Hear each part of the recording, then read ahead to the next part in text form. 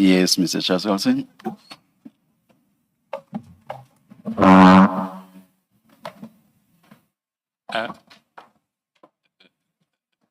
Mr. Carrim, before we broke, you'll recall you were saying that after, I think it was 6 May, and that exchange of the message purporting to reflect your communications with the minister, Mr. Matlala started to avoid you. Can I ask you to go to the WhatsApp bundles? I think it's page 28 of the evidence bundle.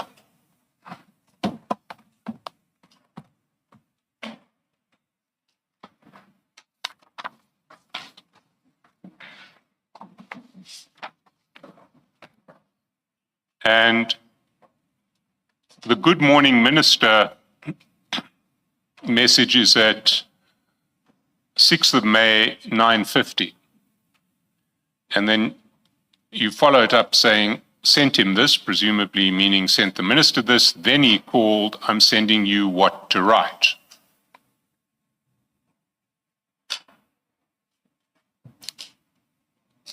Did you send Mr. Matlala a draft of what he should write to the minister? This message was sent to me by Mr. Mogotsi. I then copied and pasted it and forwarded it to Mr. Matlala. No, I understand that, but your last message to Mr. Matlala is, I'm sending you what to write. Yeah, I made him believe that I wrote it. Yes, but that's... So were you suggesting by that last statement, I'm sending you what to write, were you suggesting to Mr. Matlala that this is what the minister told you, or is that a message from you to Mr. Matlala? I'm sending you what to write. I've spoken to the minister, he called this, I'm going to tell you what to write. Yes, the message was to say, I'm going to tell you what to write. And by that time, it seems like Mr. Matlala then picked up that this message he already received from Mr. Mogotsi in March. No, he didn't. Sorry, just to correct you there, he didn't receive it from Mr. Mogotsi. He sent Mr. Mogotsi the Good Morning Minister text, Yes. Essentially asking Mr. Mogotsi to send it to the minister. But at the end, it says, I'm sending you what to write. You say to Mr. Matlala, I'm sending you what to write. Yes, I never sent him anything after that. Why didn't you send him anything after that? Because Mr. Mogotsi said he'll send me something and he never sent it. So you were waiting for Mr. Mogotsi to send you a draft of what should be written in Mr. Matlala's name to the minister? Yes. But why then would you have initiated this whole conversation about misleading Mr. Matlala as to what you had sent to the minister and say, I will send you what to write, when you didn't have what you were going to send? You can then see there's a call on the next day. That call is a day and a half later. My question remains, why would you initiate this process of misleading Mr. Matlala when you couldn't carry it through? Mr. Brown Mogotsi couldn't give me the message, so I just abandoned and I just left it because Brown didn't send me the message to forward on. No, I understand that, but presumably if you're going to perpetrate a fraud of this nature on Mr. Matlala, you want to be ready to perpetrate the fraud.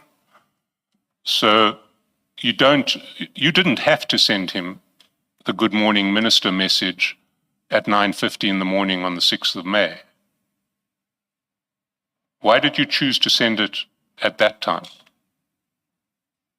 Brown advised me to send the message at that time. Brown sent me this message on that day. Yes. Brown sent you that message, but you send that message and then you send a series of follow-up messages which have not been exchanged between Brown or Mr. Matlala. One says, sent him this. In other words, you sent it to the minister. Then he called, I'm sending you what to write. Why would you say, I'm sending you what to write, if you weren't in a position to send it at that stage? Brown told me to do that, and that's why I did it.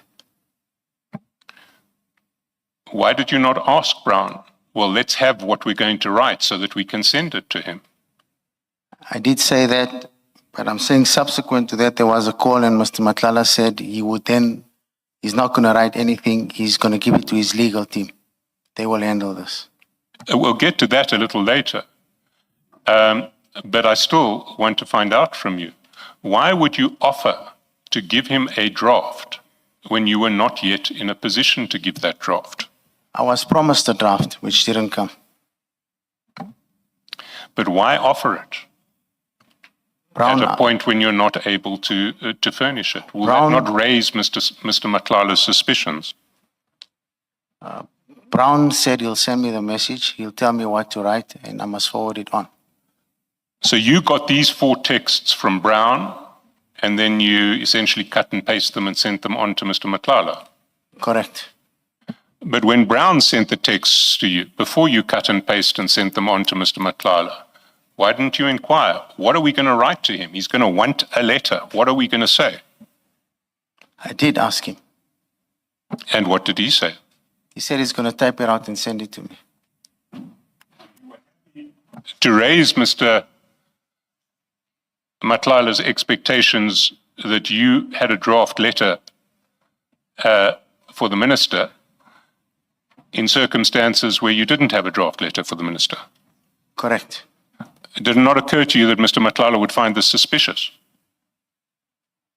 Well, by this time, after this message, he'd already known. Well, I presumably him and Brown were talking already. So he knew, because I received this message 2 months later and I forwarded it on to him. Yes, but you didn't know that at the time. Sorry? You didn't know that at the time. You thought you were still implementing your scheme to mislead Mr. Matlala. Yes, but he knew it. Yes, but you didn't know that. Yes, I didn't know that. So when you sent the message, you didn't know that he would immediately realize this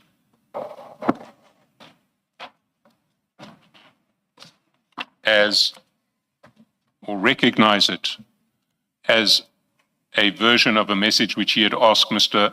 Mogotsi to send 2 months previously. You didn't know that. I didn't know that. So You see- can I just, before you move on, Mr. Cheskasen, the way you say I'm sending you what to write, who was Mr. Matlala supposed to write to on this scheme? He was supposed, we were going to send him a text to write. Brown said we should tell Matlala to write a text, which he must then forward to the minister. Okay, thank you.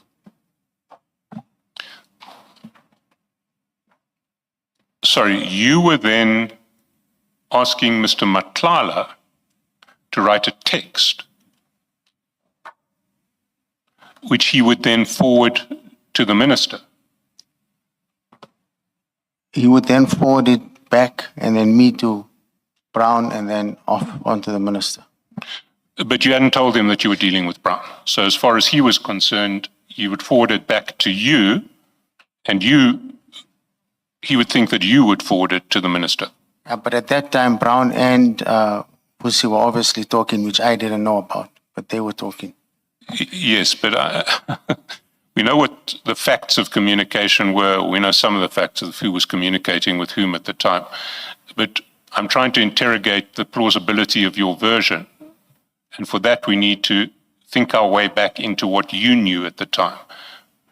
And what your version has been thus far is that before this commission started ventilating facts about these exchanges, you didn't know that Mr. Mogotsi and Mr. Matlala were independently talking to each other. Yes. So at the time that you wrote this, Mr. Mogotsi well, as far as you were concerned, Mr. Matlala wouldn't know about any role of Mr. Mogotsi. So you are suggesting that the plan was for a text to come back from Mr. Matlala and for him to be told that you would forward that text to the minister. That was the belief. But what was the purpose of your forwarding a text to the minister? Why wouldn't Mr. Matlala just write directly to the minister? That was the advice of Mr. Mogotsi. You see, it seems to me truly implausible advice for several reasons, and I'd like you to comment on them one by one. The first is, it seems utterly implausible that you would drop a bombshell like this, saying that you'd spoken to the minister, he called you back, and you're going to tell Mr. Mogotsi what to write if you didn't have what you wanted to give to Mr. Mogotsi as what he had to write. That just seems a very implausible scheme. Your response to that? Mr. Chaskalson, do you mean Mr. Matlala? Mr. Matlala, sorry, I have confused those two more than once. Like I said, Council, Mr. Mogotsi insisted that I send Mr. Matlala these messages, convince him that I'm able to send a text to the minister regarding his cancellation. Yes, but on your version, neither you nor Mr. Mogotsi had the text that you were going to offer Mr. Matlala in that regard. Yes, when I said I'm sending you what to write, Mr. Mogotsi didn't come back to me. On the next day, Mr. Matlala called me and said he's not sending any text, he's not interested. He will then send us over to his lawyers, and that's where we left it. Well, we'll come back to the next day shortly. But the second implausibility is, why send Mr. Matlala a text for him to write if the plan is that you will actually send that text to the minister? We wanted him to refer his issues or what were his issues. So he needed to write that letter. But you're the one who's going to send it to the minister. Yes, but it's not my contract. It's Mr. Matlala's contract. He needed to tell us what were his issues. So he needed to write that text.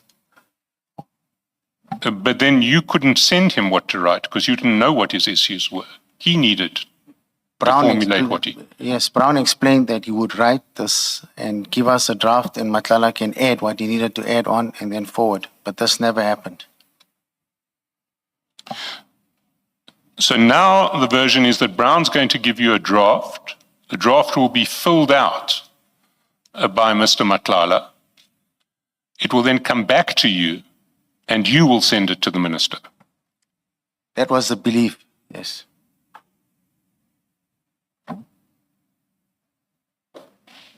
Sorry, may I just ask?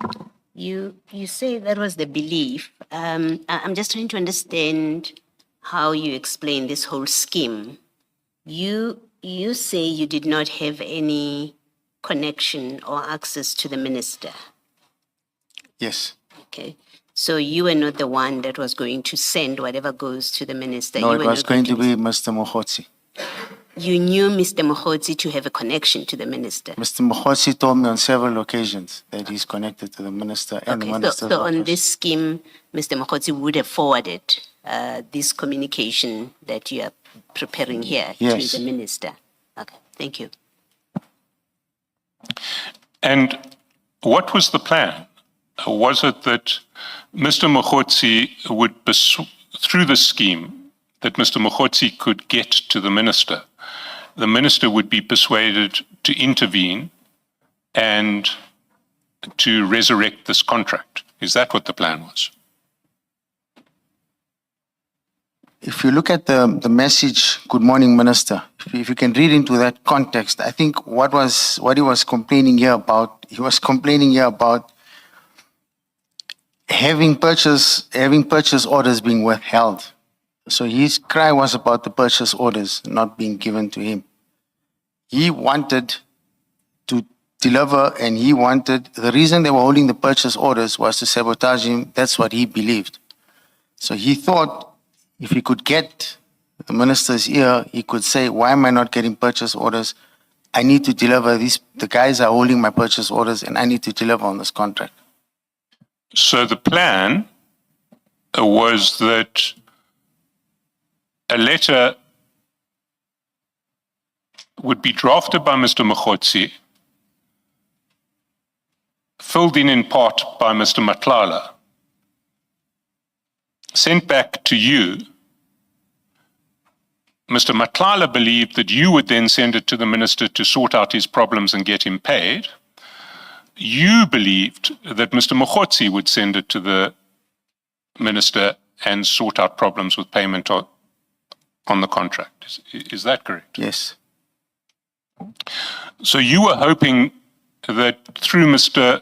Mogotsi's influence, the minister would intervene in an operational matter at SAPS to ensure that Mr. Matlala got paid. Brown gave us the impression, yes.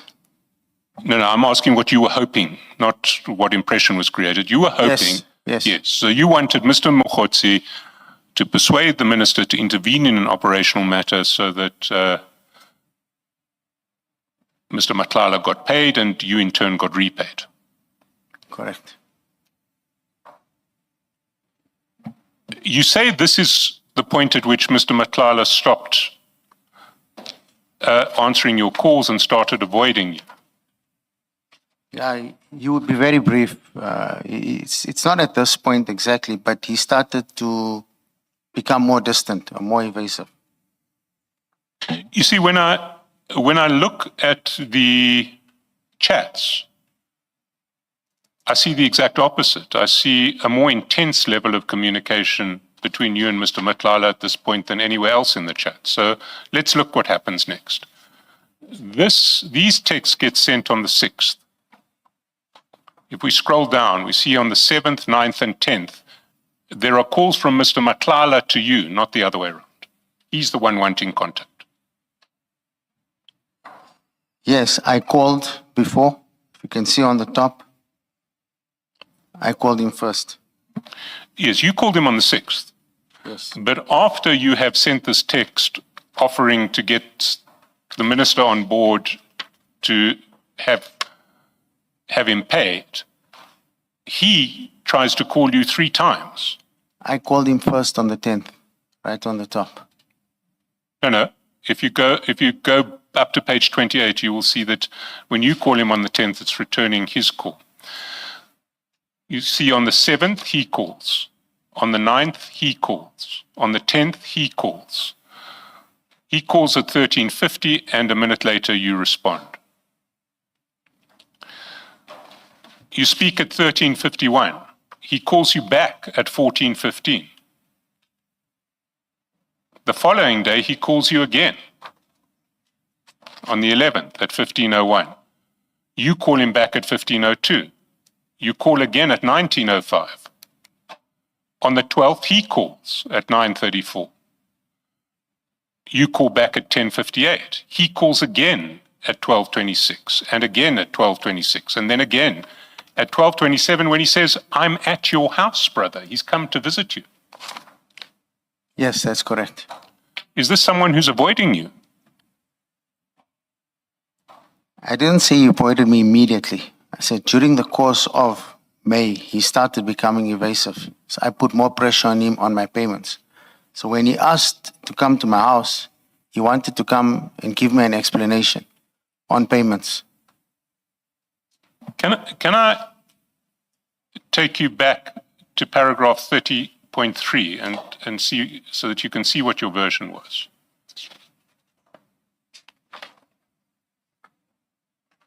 The same message I sent to Vusi in May 2025 in terms of Brown's instruction was, I've now learned, sent by Vusi to Brown on 4 March 2025.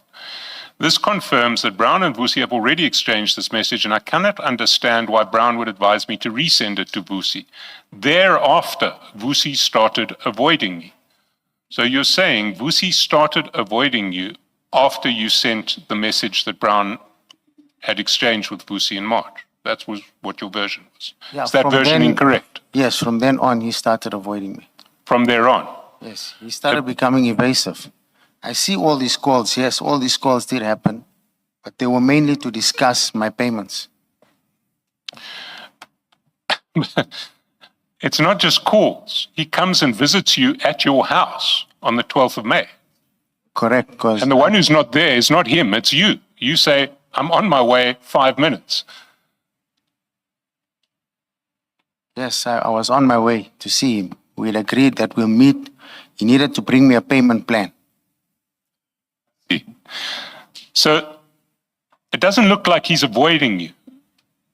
At best, he's anxious that you might call in your debt and is chasing you to try and make some arrangements. He's certainly not avoiding you. Your response? I still say he was evasive. Let's look at the 13th. He approaches you. Salam, can you take a call? Your response is networks. Presumably, and then you say, I'm at the mine. Presumably, you weren't sure you had signal that would support a call. Is that correct? That's correct. But he was asking for the call. Yes, You eventually do have a call at 14:23 and at 14:26. yes, And later that day, he sends you a draft of his letter to SAPS about termination of the contract. And see that draft at page 365. Go to 365, you'll see, page 31 of my bundle. yes, 31 is where there's the reference to it, but the actual document itself is at page 365 of the same document. You go there, you'll see a It's in the series big, of file one, yes.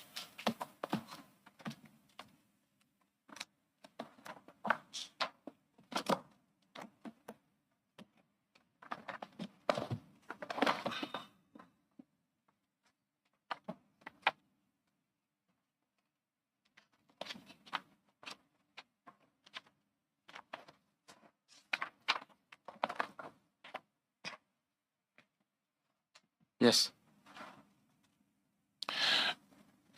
So he has sent you a draft of a letter to SAPS that he is planning, his lawyers are planning to send on his behalf. yes. Is this wholly unrelated to what you said a week previously you would tell him to write? No, it had nothing to do with that. But at the very least, he's not avoiding you. He's still exchanging drafts with you. Yes, I've been putting pressure on Actually, him. in fairness to the witness, this is a signed letter. My learned friend keeps referring to a draft. It's a copy of a letter that seems to be actually sent. If you look at page 367. Mr. Chairperson, It's signed. The electronic file still describes it as draft, but I accept that it has been signed. thank you. Let's proceed.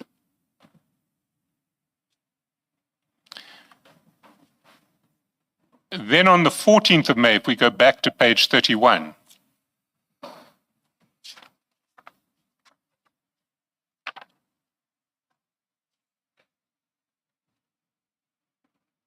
you call him at 8:55.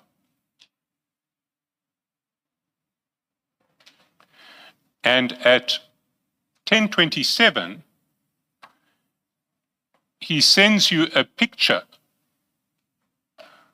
of the screen of an email from SAPS acknowledging receipt of correspondence. Did you understand what correspondence he was referring to? He just sent me this text, or he sent me this. It was in regards, I presume, for his contract.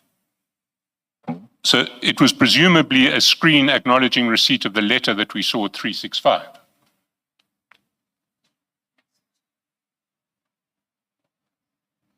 The letter that we just saw, the signed letter addressed to SAPS. Yes, I'm sure it's that. And did you understand it that way at the time? No. No, you didn't. Why didn't you understand it that way? What did you understand it to be?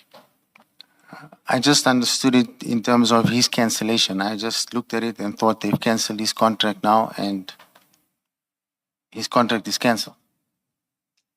No, but this is a letter from SAPS acknowledging receipt of a letter from somebody else, his attorneys. Yeah, I saw that, but I didn't look at it and think that it's from. I just saw it and I thought it's his termination because it said termination of contract following the award. So he was trying to tell me that his contract is terminated. No, he'd already told you that his contract had been terminated. He told you, at the very least, by sending you the letter which took issue with that termination. That was the letter 365 that he sent to you the previous day. If you go to 365, you'll see it's headed termination of contract following the award of bid. Yes, but he didn't send me this letter. It's just a screenshot. I didn't see the letter.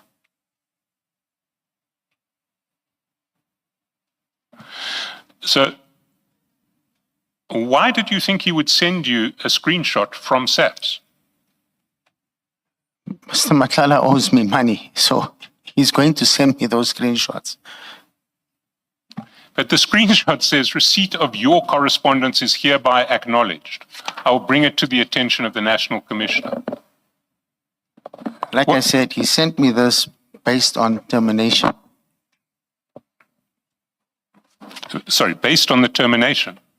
Yes, when I looked at it, I saw termination, so I thought he's trying to tell me his contract is terminated.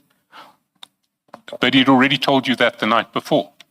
Yes, he was probably trying to send me proof. That's how I read it. I see. Look, I want to put it to you that it's fairly self-evident why he would send that to you. He would send it to you to say that the letter I shared with you yesterday has now been sent to the SAPS. I shared no letter with him on the previous day, Council. Well, he shared a letter with you yesterday, 365. No, I never received this letter. Sorry. Your version now is that at 13:05/1948, when he sent you the WhatsApp with an attachment described draft letter to SAPS National dated 13 May 2025, you didn't receive that.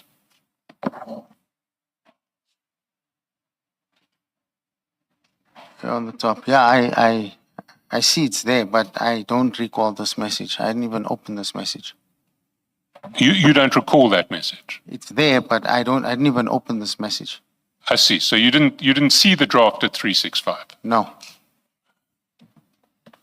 I see. And you didn't see fit to mention that in your statement when you were dealing with your exchanges with Mr. Matlala? Yes, it's the first time I'm seeing this letter in the file now. I never opened this. I never opened this message. And your attorneys didn't take that up with you, didn't ask you about this this letter that's been in the bundle for over a month now? No. I see.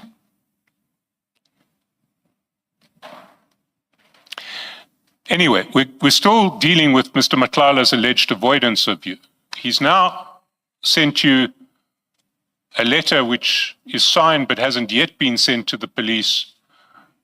On the 13th, he sent you a screen from the police acknowledging receipt of that letter on the 14th. On the 14th.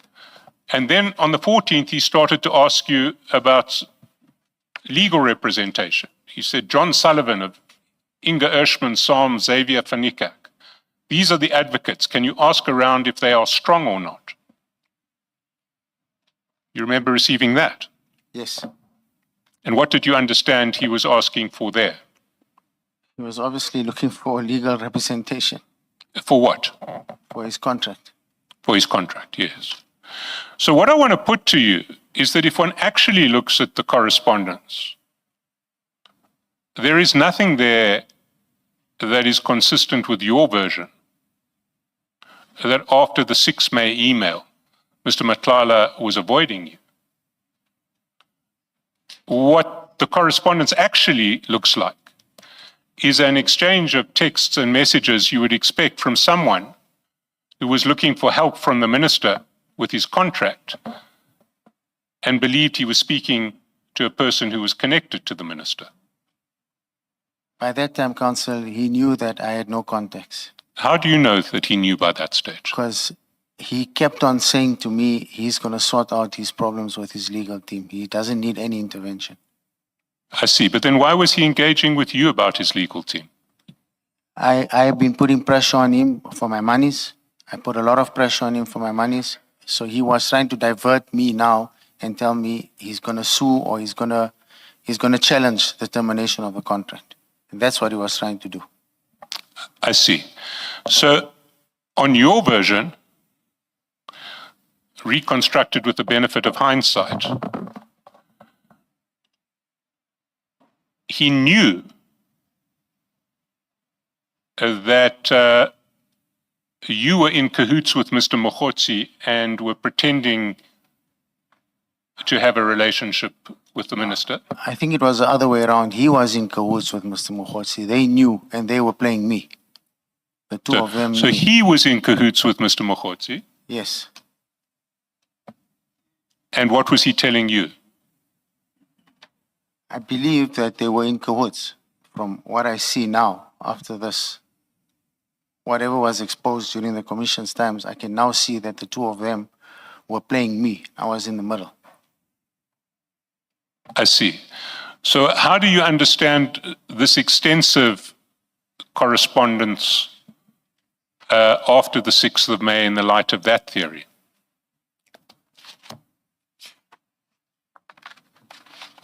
Remember, he owes me money, Council, so he needs to communicate with me because, like I said, I was calling him continuously for my payments, finding out because he promised that there were payments in the system. He promised to make more payments, but payments were not coming forth. So he's not avoiding you at all. He's engaging with you continuously to try and get you off his back. He was avoiding on the issue of payments. He'd call for other reasons. I'd always say to him, let's get down to sort out a payment plan, which never transpired. So on the issue of my payments, he was evasive. He would never come clear and tell me when he's going to pay me. You see, when I look at paragraph 30.3, that's not what you're saying at all.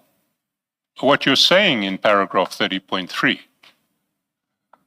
is that with hindsight, you realize that on the 6th of May, Mr. Matlala understood that you had been misleading him about your access to the minister and then started avoiding you.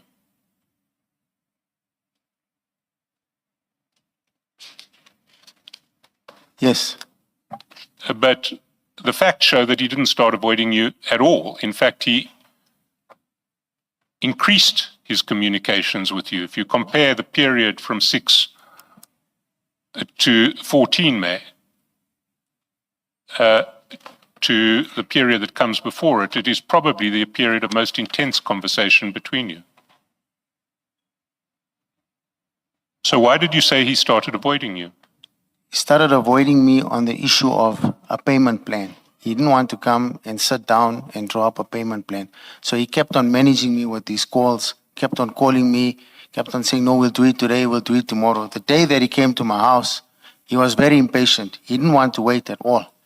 He was in a hurry. And I said to him, I've got a copy in my hand. We need to sign something.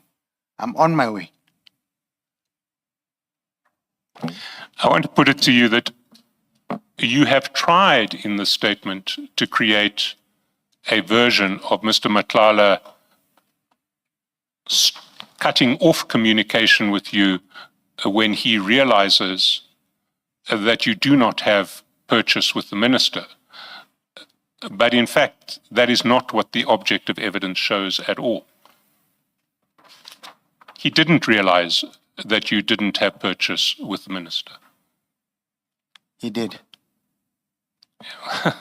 It is not what the evidence shows. And let me take the proposition further. Let us look at paragraph 42 of your statement on page 9. You say, Vusi ceased responding to me in or about May 2025. Yes. Now, as late as 14 May, he was messaging you asking for advice on advocates. You see that on page 32 of the evidence bundle? Yes. Later that day, he was arrested and he's been in custody ever since. Yes. Did you try to contact him in custody? No. So when did he stop replying to you? On that day, on the last day, I tried to call him. I couldn't get hold of him the day before. I can just go back to the calls. I think before he got arrested.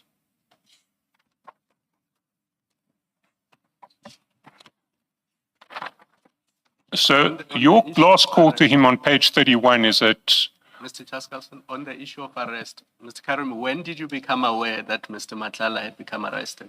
It was after it was on the news. Immediately thereafter. Yeah. Thank you. so on the 14th of May at 8:55, you tried to phone him. Yes. That's page 31. Yes. Did you speak to him at 18:55? Do you recall? No, he didn't take the call. I don't recall speaking to him. Subsequent to that, he then sent the screenshot. Yes. Then he asked your advice on legal representatives, 1252 and 1253. Yes. So he's not stopped replying to you at that stage. Yes, because remember, like I've said, I put a lot of pressure on him, and I also said to him, I'm going to institute a legal claim on my monies. No, I understand what you're saying now, but that's not what you said in your statement. In your statement, in paragraphs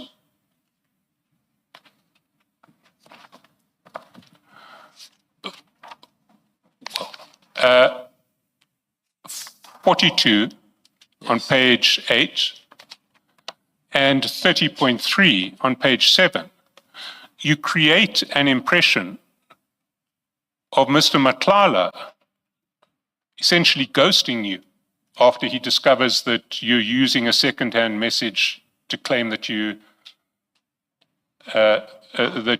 have influence over the minister. That's the impression one gets from reading your statement. Yes, I'm saying he was avoiding me to sit down and work out a payment plan. He was evasive on that. He kept on communicating because he didn't want me to institute a legal challenge. That's what you're saying now. It's not what you're saying in the statement at all. Well, in the statement, I meant he was evasive on coming. He didn't want to meet me. He just refused to meet me. The day he came to my house, he didn't even wait for 2 minutes. I said, I'm on my way, and he left. So now you're saying you didn't meet at the house. He didn't wait for you at the house. I did say that previously, Counsel. No, you didn't say that previously. I did. I said he was impatient. He didn't wait for me. You said he was impatient. Yes, he left. So you're saying he then left Correct. He before left. you came in? Yes, he left. I see. I didn't understand your evidence in that regard, but the record will speak for itself. Be that as it may, what you're saying in the statement is that he avoided you from March and he stopped replying to your, from May, and he stopped replying to you sometime in May. He ceased responding to me in or about May. Now, the only point at which he ceased responding to you was when he was arrested. I think he was arrested a few days after that. He was arrested on the 14th of May. He was arrested possibly a couple of hours before his last communication to you. Okay. Yes. So why did you say he stopped responding to you in May? He stopped responding to me and him meeting to sort out the payment plan and have it signed. I see. So what you wanted to say is we continued to meet regularly through May. In fact, we met more regularly than at any other stage No, in our communications. No, But he wouldn't talk to me about a payment plan. May- Is that what you're saying? Met or communicated, Mr. Chaskalson? Met or communicated? Met or communicated? No, not met. We never met. I'm Oh, asking, communicated. Yes, communicated. And your version now is you never met. I'm saying I never met. Yes, he did though come to your He house came and to you my weren't there house. to meet I him. said to him, I'm on my way. Wait for me. When I got there, he was impatient. He left.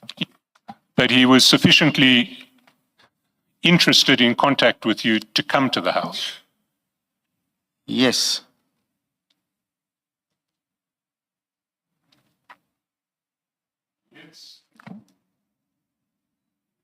Let's move to a separate topic. You say that you had no connections either to the minister or within SAPS, and you just depended on Brown, who you thought had those connections. Yes.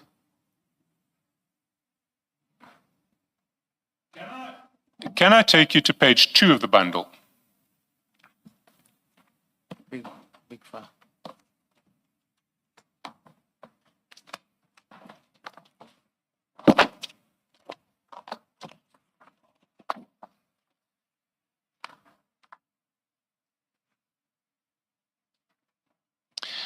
There you'll see that at the 7th of January, at 7 in the morning, Mr. Matlala emails, WhatsApps you, Salam brother, now is the time to start invoicing. Was wondering if I can see you before we send invoices. I can even come to your place. Please advise. And you respond essentially to say you're already in Cape Town for the January the 8th celebrations. You recall that? Yes. Why would Mr. Matlala want your advice on invoicing? He didn't want my advice on invoicing. Mr. Matlala was looking for additional funding. And what he wanted to do was to bring the invoices to me, show me how much he's going to be claiming so that I could then top up on the funding. He was looking for more money here. But why would he then want to see you before he sent the invoices? Why I wouldn't have he no come idea, to you with the Councillor. I was- invoices? Sorry. Why wouldn't he come to you with the invoices that he had already sent? I have no idea. I've never been involved in any of his invoicing. I don't even know how his invoicing document looks. Sorry, you don't know how invoicing in government works? No, I said I don't know how Mr. Matlala's invoices were. Oh, how his invoicing works. Let's go down to page 4.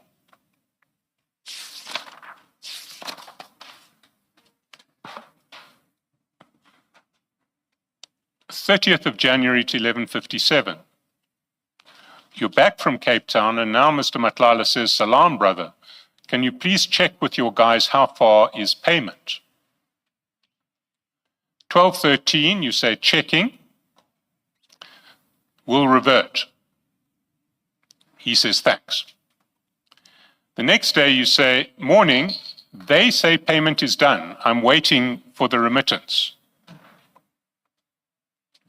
So the first question is, why did Mr. Matlala think that you had people who could find out how payment was progressing at SAPS? Remember, he knew that I had a contact. He knew that I had a contact in SAPS, and that was Mr. Brown Mogotsi. He didn't know it was Mogotsi, but he knew there was someone. He knew He you had didn't know contact. that it was, yes. Correct. And when you said checking will revert, you were actually checking with Mr. Mogotsi. Correct, Council. Mr. Carrim, is there a reason, a known reason why Mr. Matlala, who is contracted to the subs, couldn't check this information himself? Why did he need to come through you? I have no idea, Council. He asked me. I don't know why he did that, but if we can move on, we'll see on the next page or after some time, he then sends me a screenshot of the payments. And it didn't occur to you to say, why don't you check? Because you have direct access.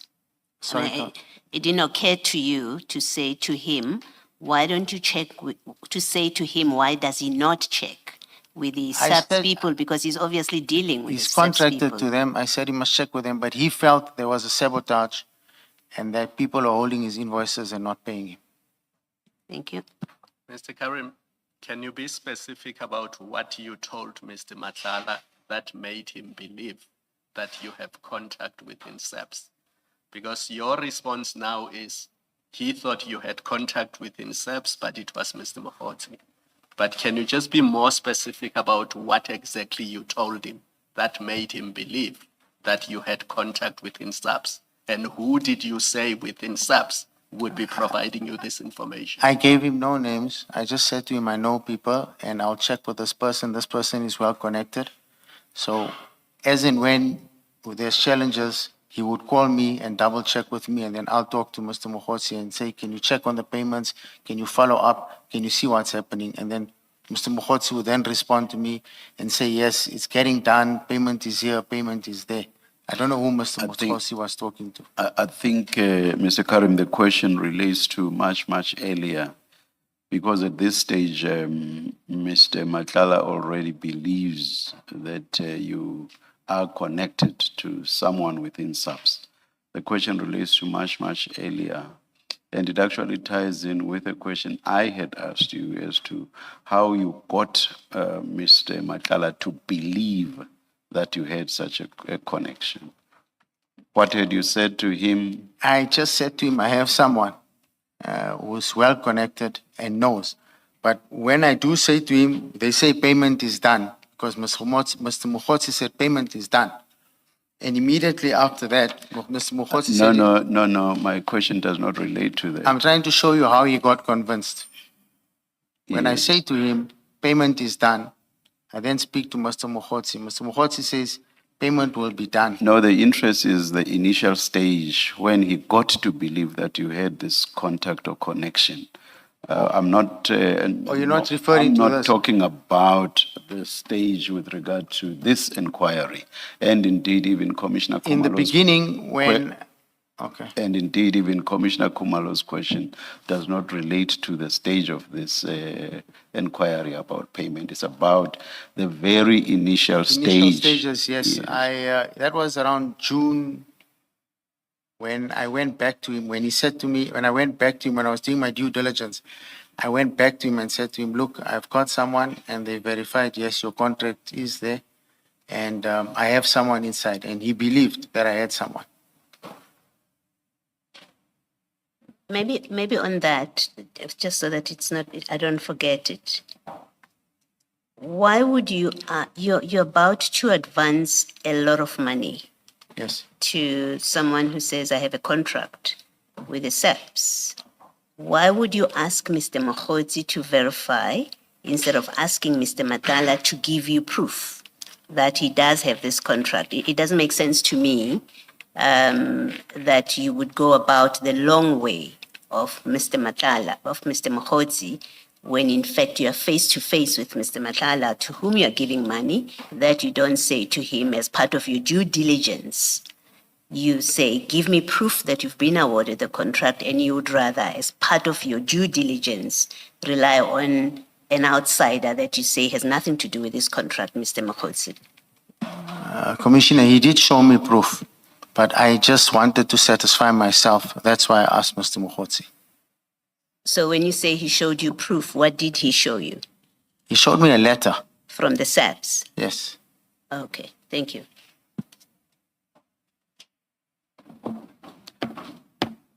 If we can go down, at 10:04 you send 3 texts. Morning, they say payment is done. I'm waiting for the remittance. Who promised you a remittance? Mr. Mogotsi. I see. Over the page, sorry, did Mr. Mogotsi say where he was going to get the remittance from? No, he just said to me he'll get a remittance and forward it to me so that I could send it on to Mr. Matlala. Sorry, he said he had a remittance. He said he's getting one. He's getting one. Over the page, you see later that day, Mr. Matlala says, "You're winning with the remittance." Asks you, and you say, "Not yet." Then you say, "The lady insists it's paid." Who was the lady? Brown said to me, the lady, when I spoke to Brown on the call, he said to me, the lady insists, the lady said it's paid. So I just took that and sent it to Mr. Matlala. So Brown mentioned a lady, but when I asked you a minute ago, you made no mention to of the lady. You just said he's getting a remittance. No. I said it's on my text here. Brown did say a lady.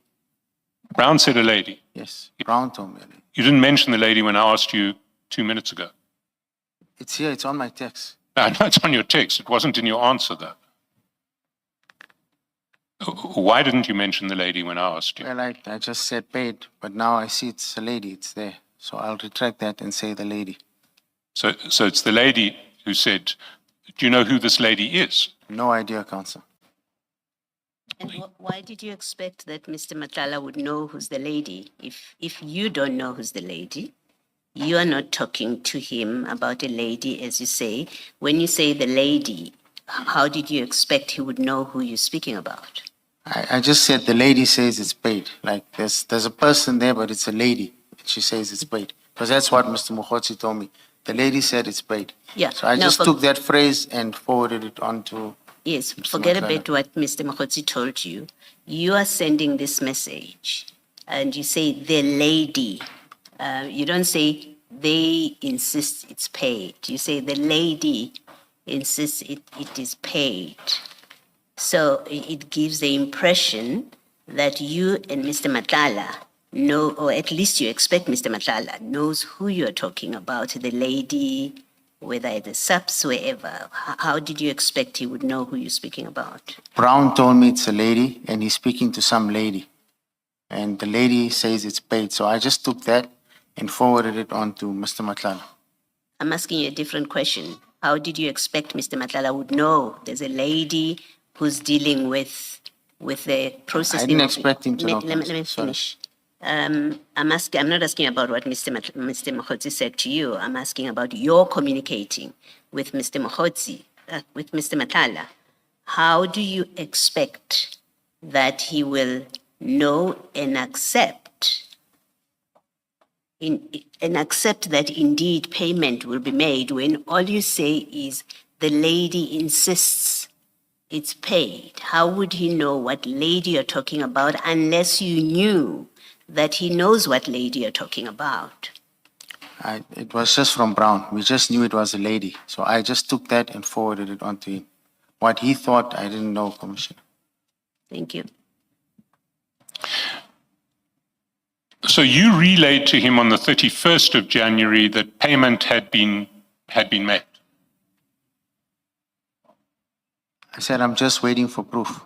Yes, you were waiting for proof, but you had been told either directly from an insider or indirectly through Brown Mogotsi from an insider that payment had been made. The lady insists it's paid. Yes, That was on the 31st. yes. If we go down to page 6, on 3 February, Mr. Matlala sends you a payment screen. Yes, And on that payment screen, one sees that the payment date is, in fact, the 31st of January. yes. So whoever was speaking to either you or Mr. Mogotsi was someone inside SAPS with access to their payment systems. Yes, it was Mr. Mogotsi. So well, it wasn't Mr. Mogotsi. You say someone was speaking to Mr. Mogotsi. Yes, Yes. Well, Mr. Mogotsi is coming back. We'll have to ask him whether he confirms your version or not. But one of you had access to someone inside the SAPS payment system who could tell you when payment had been made. From this text, it's clear that Mr. Matlala had someone inside.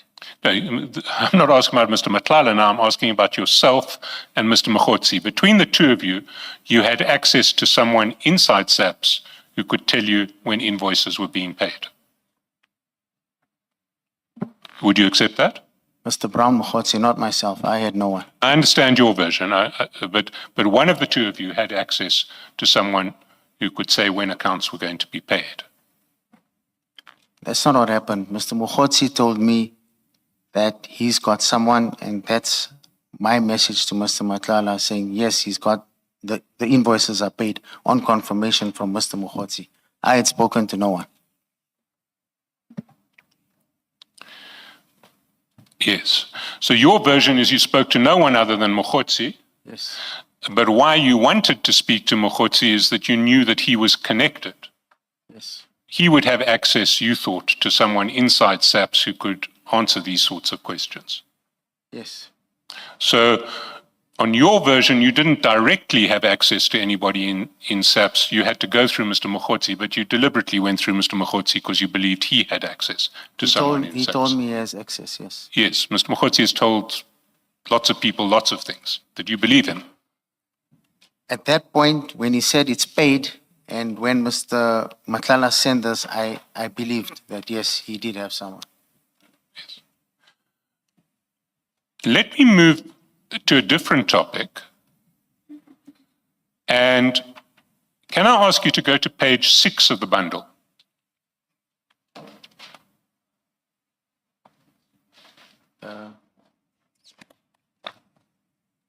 We're on- The evidence bundle. Yes, I'm on that one. Now, at the 3rd of February, at 14:41, you WhatsApp Mr. Matlala a proof of banking letter for Tamiz Investments. Yes. Now, why did you WhatsApp him a proof of banking letter for Tamiz Investments if the vehicle for the contract was Ziggy? The funding was done from two companies. So part of the funding came from Tamiz Investment. Ziggy did not have the full capacity to do it. Some of the money came from Tamiz. But the contracting party was Ziggy. Yes.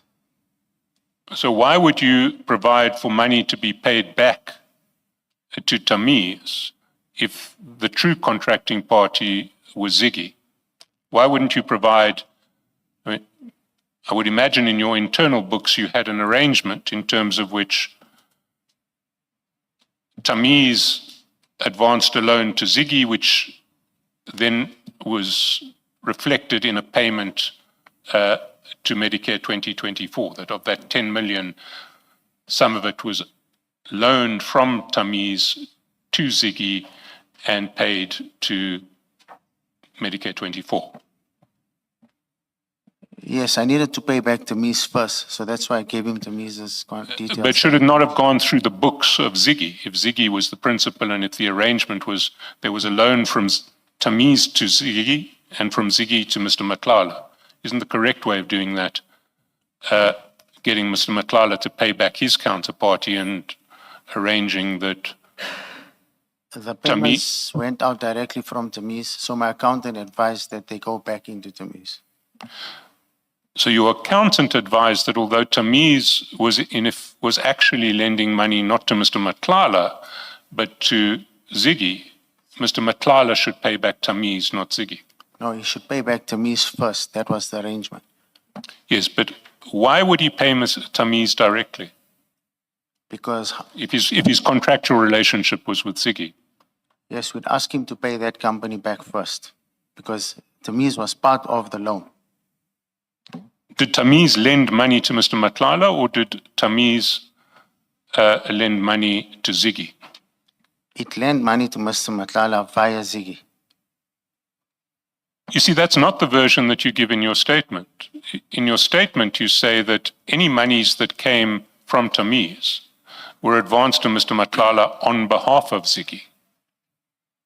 Can I take you to the relevant part of your statement? Yeah. So it's page 3, paragraph 12.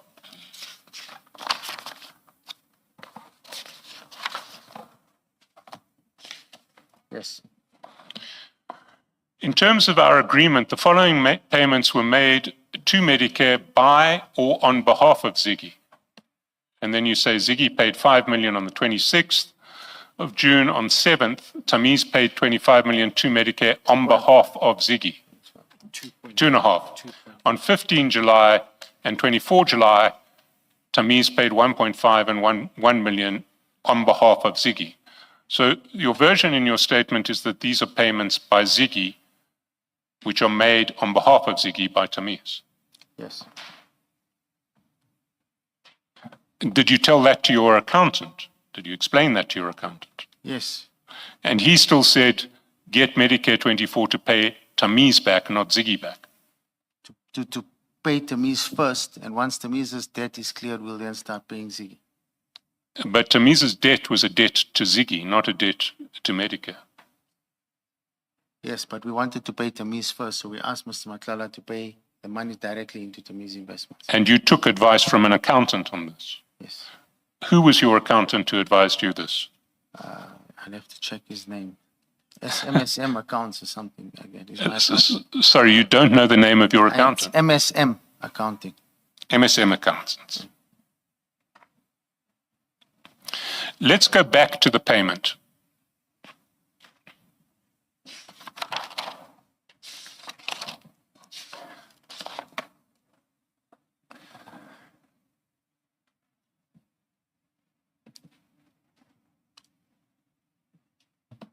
On page 6 of the evidence bundle at the foot of the page, you see that on the 4th of February 2025, Mr. Matlala WhatsApps you a proof of payment, and that proof of payment is at page 36 of the bundle. It's the 1.5 million payment from Medicare to Tamiz. Yes. If you can then go to page 535, you will see that 7 seconds after Mr. Matlala sent you proof of payment to Tamiz, he sends the same proof of payment to Mr. Morgan Maumela. Correct. And that proof of payment that he sends to Mr. Maumela is at page 537. 5. If we go back to page 7, 537, sorry, 537. It's the same proof of payment. This time it was sent to Mr. Maumela.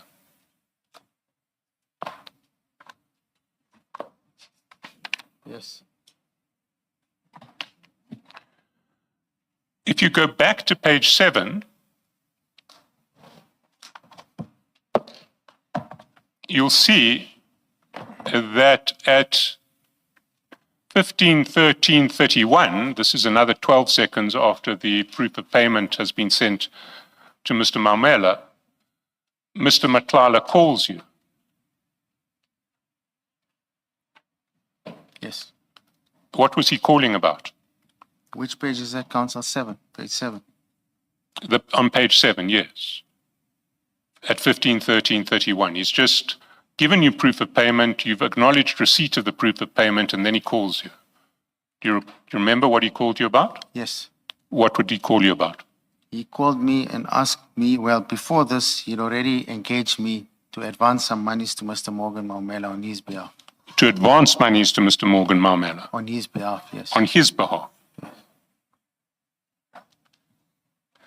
Now, by this stage, you had been worried for quite some time that you weren't being paid on this contract. Yes, that's correct. Why did you agree to take a third of your first payment and give it to Mr. Maumela on behalf of Mr. Matlala? The reason for that, Mr. Matlala kept on putting pressure on me to please advance this money to Morgan. I did ask him why can't he do it directly. He said, please do it on my behalf. And on my next payment, I'll reimburse you. And at that time, we had quite a bit of payments that still needed to go into the system. So I needed to keep Mr. Matlala happy. At the same time, knowing that there's more payments coming in, I then agreed to advance this money to Mr. Momela. So although by this stage you were already worried about I was just wondering if... the lunch break, Yes, please. we can pick it up after lunch. Yes. Let's adjourn and resume at 2 p.m.